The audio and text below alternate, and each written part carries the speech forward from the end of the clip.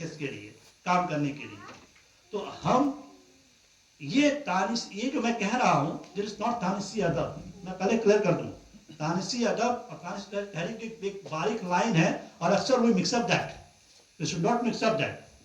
یہ جو میں کہہ رہا ہوں یہ وومن ایمانسپیشن بولیے اس کو, وومن امپاورمنٹ بولیے, یا پھر آپ عورتوں کا حق دینا, ان کو آگے بڑھانا, ان کو تعلیم دینا, ان کو پڑھانا لکھانا, ان کو کام کرنا, ان کو اپنی مرضی سے کام کرنا, ان کو ہر طرح کی آزادی دینا.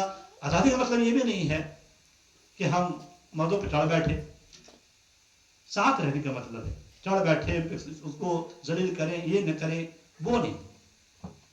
یہ تانسی ادب نہیں ہے, یہ آپ کا وومن امپاورمنٹ کی بات ہو رہی ہے. یہ سب جانتے ہیں, اس میں میں زیادہ بات نہیں کروں گا. عورتوں کو کس طرح ظلم کیا جا رہا ہے, کس طرح ختم کیا جا رہا ہے, ستی رواج, یہ سب جانتے ہیں آپ لوگ. یہ سوسائٹی ہے, یہ وومن امپاورمنٹ ہے, یہ تانسی تحریک و ادب نہیں ہے.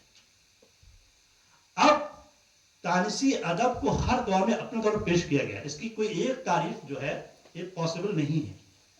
ہر ملک میں, ہر تہذیب میں, ہر کلچر میں اس کے لیے الگ ڈیفینیشن ہے. کسی کے یہاں کہ عورتوں کو پڑھانا تانسی تحریک ہے, کسی یہاں عورتوں کو عزت دینا تانسی تحریک ہے, کسی کے یہاں عورتوں کو کئی بار شادی کر لے تانسی تحریک ہے, کسی یہاں الگ الگ قسم کی تانسی تحریک ہے. وہ آپ اپنی تہذیب, اپنے سوچ کے مطابق وہ آپ ایک ڈفرینٹ, انسان کا الگ کلچر ہے, یہاں کا موومنٹ تانسی ادب تحریک الگ ہے. عورتوں کو ہر کوئی اپنے حساب سے دیکھتا ہے. اردو میں جو آپ دیکھیے گا, اگر میں وومن امپاورمنٹ کی بات کر رہا تھا, اب اگر ادب کی بات کیجیے گا, ادب میں تانسی ادب کی بات کیوں ہو رہی ہے؟ ابھی امتیاز صاحب نے کہا کہ تحریک مضبوط بناتی ہے, یہ کرتی ہے, وہ کرتی ہے. میں تھوڑا سا ڈیفر کر رہا ہوں آپ کو, ڈونٹ مائنڈ ہے.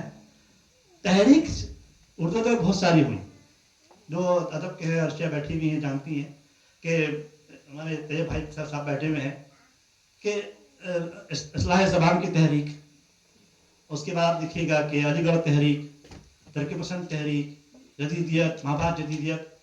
جب یہ تحریکیں چلی ہیں امتیاز صاحب, اس پر شاعر بہت پیدا ہوئے, آئیڈیالوجی پیدا ہوئی, مگر کوئی عظیم شاعر پیدا نہیں ہوا. آپ دیکھیے جس زمانے میں تحریکیں نہیں تھی اسی زمانے میں عظیم شاعر پیدا ہوئے. جب غالب پیدا ہوئے, جب غالب بنے, there was no movement, there was no literary movement. جو آپ کے اصلاح زبان کی تحریک, یہاں گوئی کی تحریک, یہ دم توڑ چکی تھی, میر آ چکے تھے, اور اس کے بعد کوئی تحریک نہیں تھا اس پیریڈ میں.